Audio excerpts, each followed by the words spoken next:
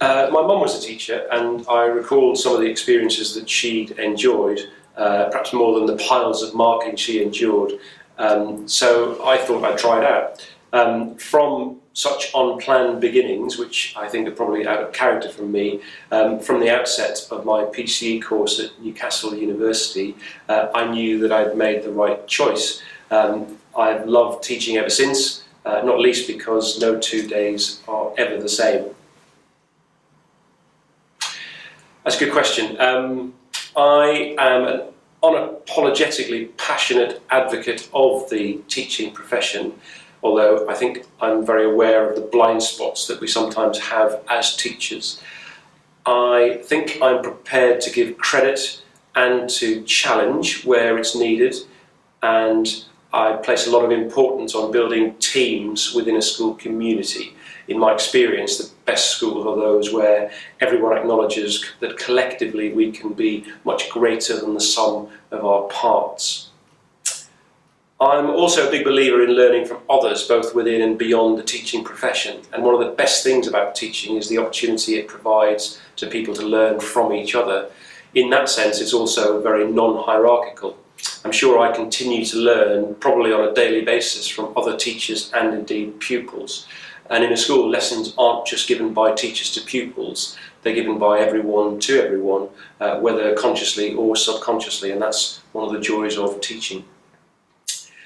I think I'm also a big believer in students owning their successes and failures and celebrating the former and learning from the latter. One of my favourite books is Black Box Thinking by Matthew Said, which gives lots of examples from David Beckham to Pixar movies of how the successes of those who've reached the top of their chosen field have done so by learning from thousands of failures along the way.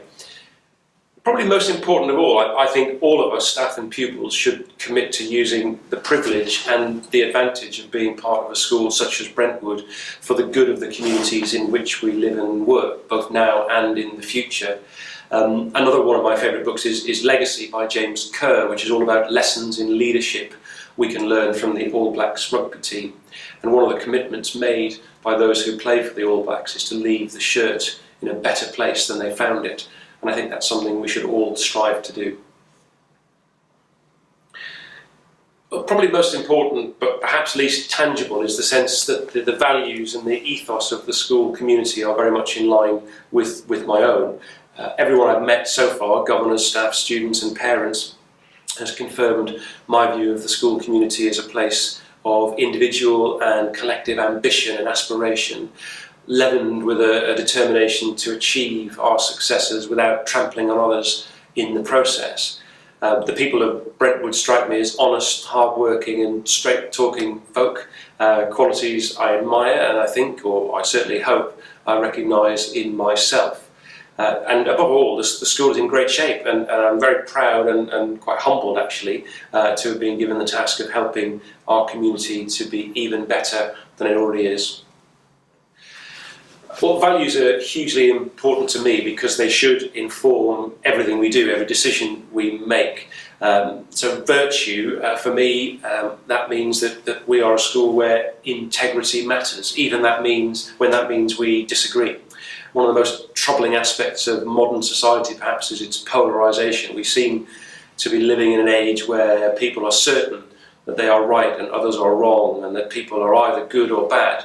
And of course the truth is that we're all capable of both, and the more we can do to teach children to debate and disagree well, the better the chance that we'll have of reversing this current trend. I want us always to speak the truth kindly to children, parents and to each other. Self-evidently, we are a place of learning. We're a school. Brentwood has deep roots, and it's always useful to be able to try and match or even surpass the achievements of those who've gone before us over the centuries.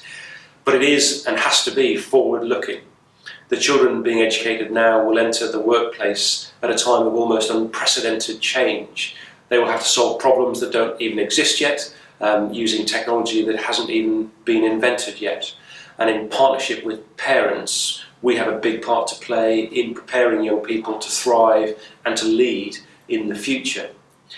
innovation and intellectual curiosity are essential ingredients in helping young people succeed in a changing world, and my impression is that both are in plentiful supply here at Brentwood.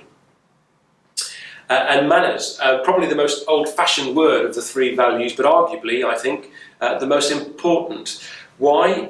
Because without manners or respect or kindness or whichever word you choose, there won't be the opportunity to debate, challenge or problem solve, because we'll all just be drowned out by each other in a cacophony of noise.